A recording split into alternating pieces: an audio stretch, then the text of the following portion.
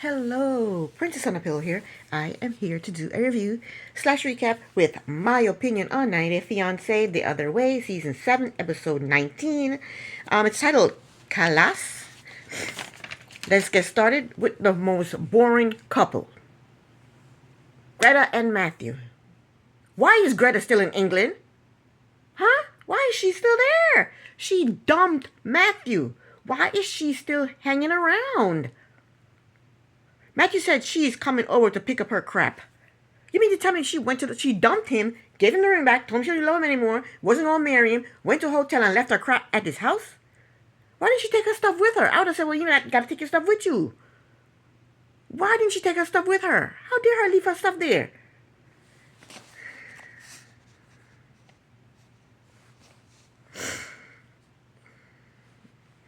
I don't understand dumping somebody and leaving your stuff at their house. What is that, storage? That's your storage now? Anyway, Matthew said he is hoping Greta has changed her mind and wants him back. A few days ago, she told you, I don't love you, don't want to marry you, here's your ring, goodbye, sayonara, see you later. Kick rocks. That's what she told him, basically.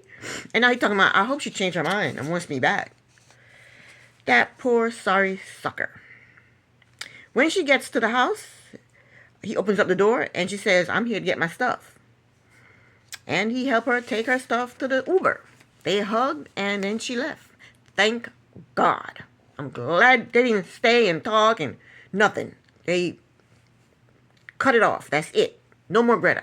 And Matthew said, I believe it was the right thing. Now he believes it was the right thing. Because I guess he finally realized she don't have no feelings for me. She don't have no feelings for me. It was the right thing, Matthew. She don't want you. She don't love you. That's it. It's over.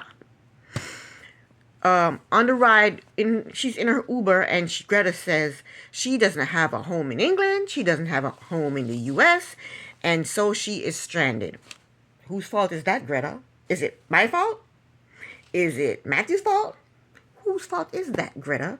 6 months ago, you said you didn't love this man anymore. You didn't want to marry him. But you come to England anyway and deceive him into thinking that you were going to marry him. Now you're talking about, oh, I don't have a home. I can't stay in England. I can't go to the States. I don't want this. Girl, bye. Goodbye. Greta is full of shit, and I don't want to see her on the screen anymore. Next up, we have Chloe and Johnny. Another couple that just pissed me off. We see Johnny packing up Chloe's clothes. He said some girl kept messaging him, so he decided to ask her for her nudes. He said he was not trying to hook up with the girl. He said the girl kept messaging him, and in order to get her off of his back, he asked her for her nudes. He said if Chloe wants to forgive him, that's cool. She can forgive him and they can move forward. In the meantime, Chloe is in an Uber on her way to Johnny's place to pick up her clothes. Another one that just left Johnny and left her man and left her clothes at his house. I don't know why they do that. Chloe said she don't care if Johnny says he's sorry. She's done. I don't think Chloe's done. Because she's sitting around moping, bawling, crying, and everything else. She ain't done. You see Johnny crying? Johnny ain't crying. Johnny packing her crap. Okay? Johnny said he has a folder of nudes on his phone and videos of himself hooking up with girls. And he said Chloe knew this. Johnny said he is a guy. He wants to see nudes. He said she's going to break up with me over nudes. But he's a freaking hypocrite because he wouldn't want her to have nude men on her phone. He wouldn't want her to have videos of her having sex with other men on her phone. He don't even want her going to the bar with her friend. He don't even trust that. So if she had that stuff on her phone, he'd be freaking out. He's full of crap. He said ever since they became exclusive, he hasn't cheated on her. That man is full of crap. I think if my man is asking someone for their nudes, that's cheating. As far as I'm concerned, that's cheating. We are exclusive. You shouldn't be looking at no naked body but mine. If you're looking at anybody else's naked body in the flesh, you're cheating. as far as I'm concerned. Johnny don't like the fact that Chloe told him his deceased mother would be disappointed in him. He ain't like that. He said, my mother is dead. Why is she saying that to me? So then Chloe gets to the house, and Johnny asks her, so what do you want to do? She starts to bawl. I thought she said she was done. If you're done, you're not crying. If you're done, like, give me my shit, I'm out. Peace out. You're not, you're not crying. So Chloe is not done, okay? Next, we have Anthony and Manu. It's Anthony's first day to go to work, and Manu has to stay home with Ben alone and deal with life the way every other housewife does.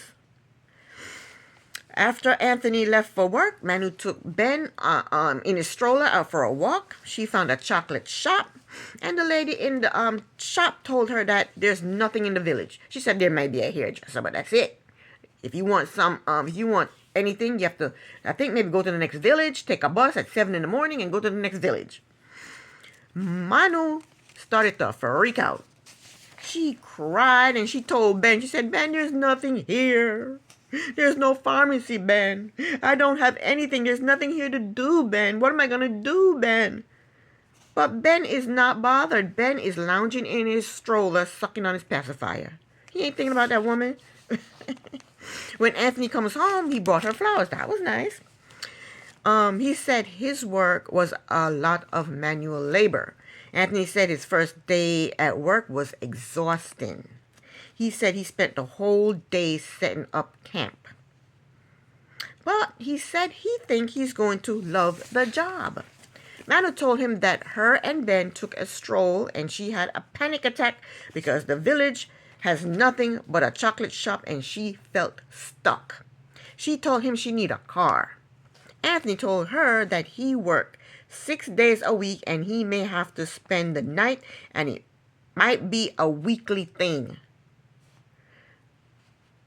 Manu is flabbergasted. She didn't know any of this. In his confessional, Anthony told us that when he took the job, he was told that he would be away once a month. He said it may be more than just once a month. So apparently he ain't telling none of this to Manu because she wouldn't agree to that shit. Him gone for a whole month and she's home alone with the baby. Manu told him it's not that the job that he has is not a job for a dad. She told him to find a better job. She told him she is not staying there for a whole month all alone with the baby. She told him she is going back to her parents' house. Anthony said, so I'm supposed to come home to an empty house? She said, so you want me to suffer every day? He told her, I'm bringing in money to pay our bills. She told him, not enough. His little paycheck ain't enough to pay their bills. He said, well, it's never enough for you. She told him he better find another job. In his confessional, he mentioned the D word, divorce. In her confessional, she said they are drifting apart. I heard that in real time, they're still together and they're still in France. So don't believe the hype. They're trying to make us think that they're going to get a divorce, but maybe they will get a divorce eventually, but not quite yet. Not quite yet. Next up, last but not least, let's say that. Last but not least, we have Jenny and Sumit. Okay, Sumit's mother is not feeling well, so Sumit practically forced Jenny to cook food for her. So she cooked the food, she took the food into the bedroom to the mother, and the father is in there, and she told the father and the mother that her and Sumit are leaving. They don't want to live there no more. And she did this behind Sumit back. Sumit don't know she's doing this. She already told Sumit that she didn't want to stay there, but Sumit didn't know she was going to go into their bedroom and tell the mother and father that they're not going to live there anymore, but that's what she did. The father told Jenny, you have to live with us. It's an order. When he said that, I laughed my ass off. He said, you have to stay here. It's an order. What the hell is he? Isn't Jenny older than him? When he said that, I laughed so hard. Jenny kept telling them that she can't stay there. The father kept telling her, you will stay here. Jenny is better than me. I wouldn't even have told them anything. I would have just packed my crap and left. I wouldn't have come in there and said, we're leaving.